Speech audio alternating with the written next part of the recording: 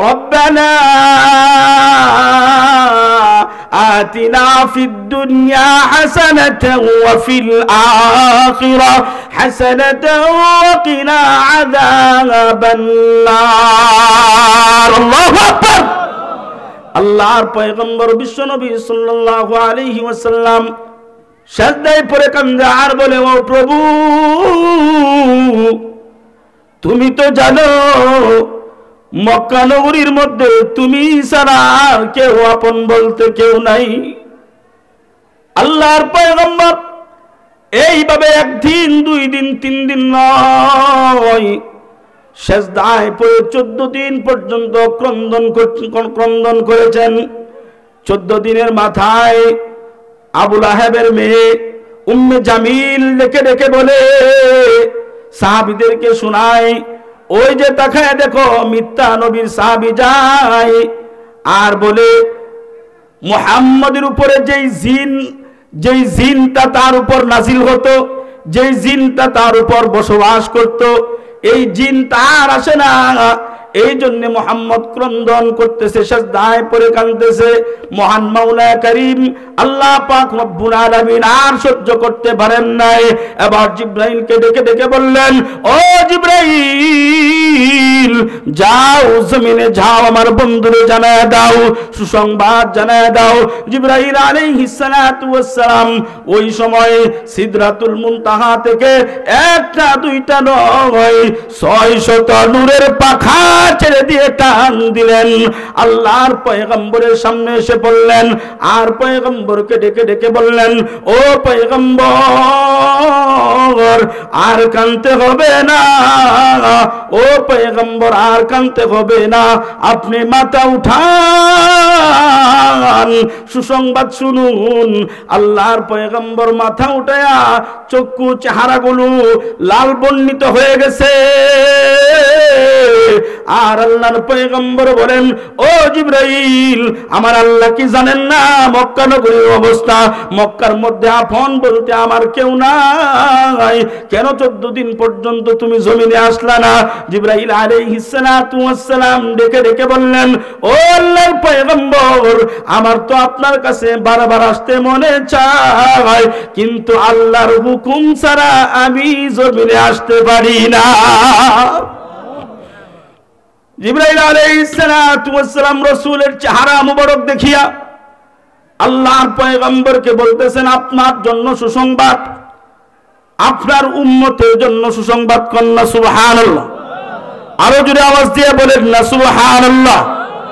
আল্লাহর পয়গম্বর বিশ্ব নবী আরবি সাল্লাল্লাহু আলাইহি ওয়াসাল্লাম জিবরাইল আলাইহিস সালাতু ওয়াস সালামকে বলতে লাগলেন, জিবরাইল, কেন তুমি জমিনে আসো না? জিবরাইল আলাইহিস সালাতু ওয়াস সালাম বললেন, ও পয়গম্বর, কোরআনের একটা আয়াত শুনুন, তাহলে আপনি বুঝতে পারবেন কেন জমিনে আসি না। জিবরাইল আলাইহিস সালাতু ওয়াস সালাম যে আয়াতটা শোনায় দিয়েছিলেন, সেই আয়াতটা কি আপনাদেরকে শোনাবো? জোরে বলেন, শোনাবো নাকি?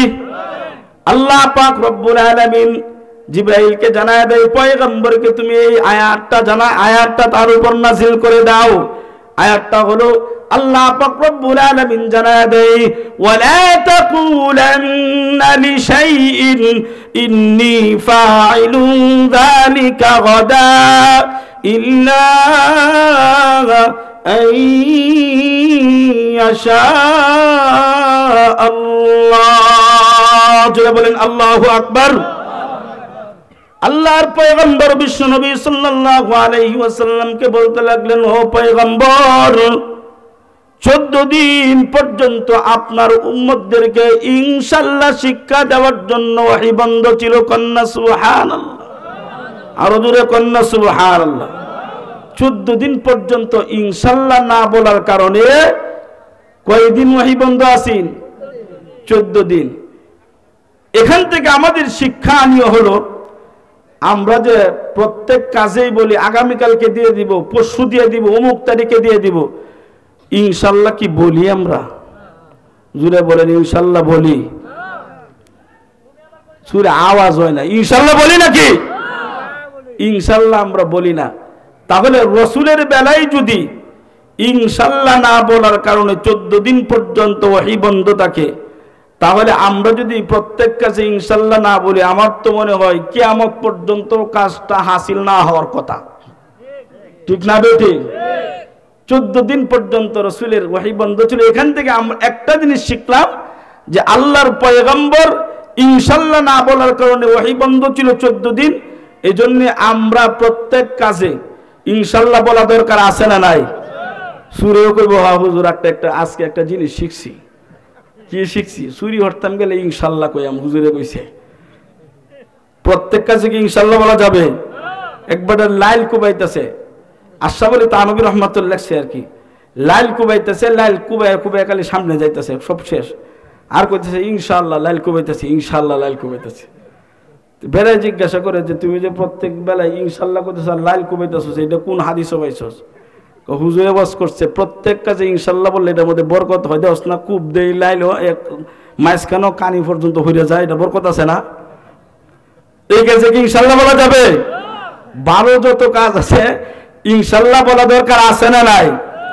আল্লাহর পয়গম্বর বিশ্বনবী সাল্লাল্লাহু আলাইহি ওয়াসাল্লামের উপর ইনশাআল্লাহ নাজিল করলেন উম্মতদেরকে শিক্ষা দেওয়ার জন্য, তার উম্মত যেন প্রত্যেক কাজে ইনশাআল্লাহ বলে।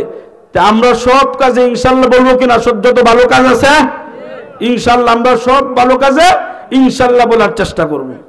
তো আল্লাহর পয়গম্বর বিশ্বনবী সাল্লাল্লাহু আলাইহি ওয়াসাল্লাম যে 14 দিন কানলেন, 14 দিন কান্নার বদলা দেওয়ার দরকার আছে না নাই? কয়দিন কাঁদছে? 14 দিন পর্যন্ত কাঁদছে।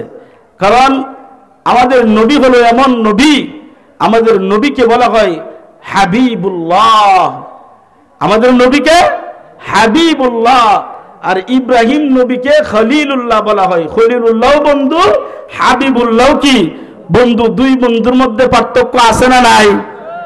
কারণ ইব্রাহিম আলাইহিস সালাতু ওয়াস সালাম আল্লাহ পাক রব্বুল আলামিন কে পরীক্ষা করে খুশি করেন, পরীক্ষায় উত্তীর্ণ হয়ে খুশি করেন। আর ইব্রাহিম আর মুহাম্মদুর হাবিবুল্লাহ হলো এমন বন্ধু, যেই বন্ধু নারাজ হলে স্বয়ং আল্লাহ খুশি করেন। তাহলে পার্থক্য আছে না নাই? আল্লাহর পয়গম্বর বিশ্বনবী আরবি সাল্লাল্লাহু আলাইহি ওয়াসাল্লামকে 14 দিন পর্যন্ত কানলেন। এই কান্নার বদৌলতে মহান আল্লাহ তাআলা রাসূলের উপর সূরাতুদ দুহা নাজিল করে দিয়েছেন। কোন সূরা নাজিল করছে?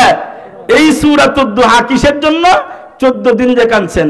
আল্লাহ পাক রব্বুল আলামিন প্রথমেই বলেন ওয়াদ-দুহা ওয়াল-লাইলি ইযা সাজা। আল্লাহ পাক রব্বুল আলামিন বলেন দিনের শুরুর কসম, রাত্রি শেষ ভাগের কসম। আল্লাহর পয়গম্বর বিশ্বনবী বলেন, আল্লাহ তাআলা বলেন দিনের শুরুর কসম, রাত্রি শেষ ভাগের কসম। ও পৃথিবীর মানুষ, ও দুঃসম্মানিয়ার মানুষ, আমরা কসম খাই জরিনার মার নামে, আমরা কসম খাই আলাউদ্দিনের নামে, আমরা কসম খাই অমুক ফিরের নামে, মান নামে, কিন্তু আল্লাহ তাআলা রব্বুল আলামিন জানায় দেয় সৃষ্টি কসম খাবে স্রষ্টার নামে, আর স্রষ্টা কসম খাবে সৃষ্টির নামে। এটাই হলো কসমের নিয়ম। আমরা কসম খাই জরিনার মার নামে, না না, এই কসম খাওয়া যাবে না। আল্লাহ পাক রব্বুল আলামিন সূরাতুদ দুহায় প্রথম দুইটা কসম খেয়েছেন। আল্লাহ তাআলা বলেন ওয়াদ-দুহা ওয়াল-লাইলি ইযা সাজা। আল্লাহ তাআলা দিনের শুরুর কসম খেয়েছেন, রাত্রি শেষ ভাগের কসম খেয়েছেন। মুফাসসিরিন কেরাম বলেন এত সময় 24 ঘন্টার ভিতরে এত সময় থাকার পরে দিনের শুরুর কসম কেন খেলেন এবং রাত্রি শেষ ভাগের কসম কেন খেলেন? এটার কারণটা কি? মুফাসসিরিন কেরাম বলেন দিনের শুরুতে ফজরের নামাজের পরে ওই সময় কিছু মানুষ জায়নামাজের মুসল্লায় দাঁড়িয়ে যায়। আবার রাত্রি শেষ ভাগের ওই সময়টা অত্যন্ত দামি। ওই সময় কিছু মানুষ রাত্রি বেলায় ঘুমায় যায়, কিন্তু কিছু মানুষ আছে তারা ঘুমায় না। এরা ঘুমায় না, জায়নামাজের মুসল্লায় শেষ রজনী ওইটা তাহাজ্জুদের মুসল্লায় দাঁড়ায়া আল্লাহু আকবারের ধ্বনি দিয়া আল্লাহর কদমে সিজদা দেয়। আর আল্লাহ তাআলার কাছে পানা চায়। আল্লাহ তাআলার কাছে বলেন, আল্লাহ দুনিয়ার আগুন, সাধারণ আগুন সহ্য করতে পারি না, জাহান্নামের আগুন কেমন করে সহ্য করব? দুনিয়ার সাধারণ ইটকলান আগুন সাইডে দিলে যাওয়ার পরে সাইড দিয়ে গেছেন, দেখবেন অনেক সময় তাপ লাগে শরীরের ভিতরে। আল্লাহ তাআলা বলেন দুনিয়ার আগুন হলো সাধারণ আগুন, জাররা পরিমাণ আগুন, আর জাহান্নামের আগুন হলো অত্যন্ত গরম। জাহান্নামের আগুনের কালা, দুনিয়ার আগুনের কালার হলো সোনালী, আর জাহান্নামের আগুনের কালার হলো কালো। আল্লাহ পাক রব্বুল আলামিন বলেন ওই সময় কিছু মানুষ জাহান্নামের ভয়ে আল্লাহ পাক রব্বুল আলামিনের কাছে পানা চায়।